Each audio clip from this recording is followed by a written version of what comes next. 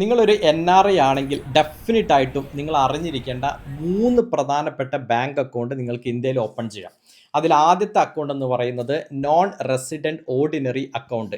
നിങ്ങൾക്ക് ഇന്ത്യയിൽ നിന്ന് ഏതെങ്കിലും തരത്തിലുള്ള ഒരു വരുമാനം ഉണ്ടെങ്കിൽ, ഒരു എക്സാമ്പിൾ പറയാം, നിങ്ങൾക്ക് ഏതെങ്കിലും റെൻ്റൽ പ്രോപ്പർട്ടിയിൽ നിന്ന് റെൻറ്റ് കിട്ടുന്നുണ്ടെങ്കിൽ ആ റെൻറ്റ് ഡെപ്പോസിറ്റ് ചെയ്യേണ്ട അക്കൗണ്ടാണ് NRO അക്കൗണ്ട് എന്ന് പറയുന്നത്.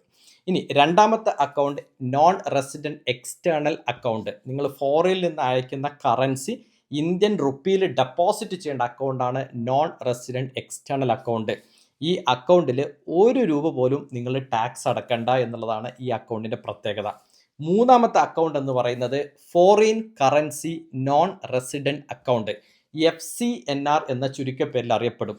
മിക്ക ആളുകൾക്കും അറിയാത്ത ഒരു അക്കൗണ്ടാണ്. നിങ്ങൾ കയ്യിൽ $ഡോളറോ യൂറോയോ അല്ലെങ്കിൽ മറ്റു പ്രമുഖമായ കറൻസികളോ ഉണ്ടെങ്കിൽ ആ കറൻസി നമുക്ക് ഇന്ത്യൻ ബാങ്ക് അക്കൗണ്ടിൽ അതുപോലെ തന്നെ സൂക്ഷിക്കാം.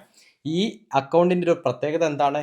ഇന്ത്യൻ റുപ്പിയുടെ വാല്യൂ നിങ്ങൾക്കറിയാം, ഓരോ ദിവസം ചെല്ലുന്നതോറും താഴ്ന്ന് വന്നുകൊണ്ടിരിക്കുന്ന സാഹചര്യത്തിൽ ഫോറിൻ കറൻസിയിൽ തന്നെ ഇന്ത്യൻ ബാങ്ക് അക്കൗണ്ടിൽ ഇന്ത്യൻ കറൻസി സൂക്ഷിക്കാം എന്നുള്ളതാണ് ഈ അക്കൗണ്ടിൻ്റെ പ്രത്യേകത.